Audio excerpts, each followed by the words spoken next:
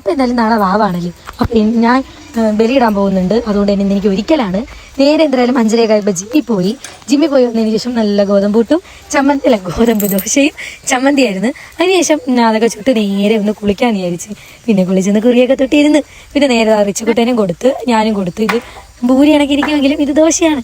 അങ്ങനെ ഒരു ദോശയൊക്കെ തിന്ന് റിച്ചുകുട്ടൻ്റെ കൂടെ കളിച്ച് പിന്നെ വിക്കച്ചൊക്കെ പറഞ്ഞു വിട്ടായിരുന്നു കേട്ടോ. അതിൻ്റെ വീഡിയോ എടുക്കാൻ പറ്റിയില്ല. പിന്നെ നേരെ ഒന്ന് തുടയ്ക്കാന്ന് വിചാരിച്ച്. മഴ കാരണം നല്ല ചെളിയായിരുന്നു. അപ്പോൾ ഒന്ന് വെയിൽ കണ്ടപ്പം ഒന്ന് തൂത്ത് തുടയ്ക്കാമെന്ന് വിചാരിച്ചതാണ്. അങ്ങനെ ജോലിയൊക്കെ കഴിഞ്ഞ് ഞാൻ റിച്ചുകുട്ടൻ നേരെ കിടന്നു. അപ്പോൾ ഇനി ഉച്ചയ്ക്കാണ്. അപ്പോൾ ഉച്ചയ്ക്ക് നല്ല ചോറും തൈരും പാവയ്ക്കും പപ്പടമൊക്കെ കൂട്ടി നല്ല ചോറ് കഴിച്ച്. ഇപ്പോൾ ഒരു നേരമല്ലേ ചോറ് കഴിക്കാൻ പറ്റൂ. അതിനുശേഷം വെയിൽ കണ്ടതേ ഉള്ളൂ. അതിനിടയ്ക്ക് വീണ്ടും മഴ വന്ന്. പിന്നെ ഇനി വൈകിട്ടത്തേക്കുള്ളതായി. വൈകിട്ട് ചപ്പാത്തി ഉള്ളിക്കറിയാണ്. അങ്ങനെ പിന്നെ അത് ഉണ്ടാക്കണം. പിന്നെ റിച്ചുകുട്ടൻ്റെ ഓരോ കുസൃതികൾ എന്തായാലും.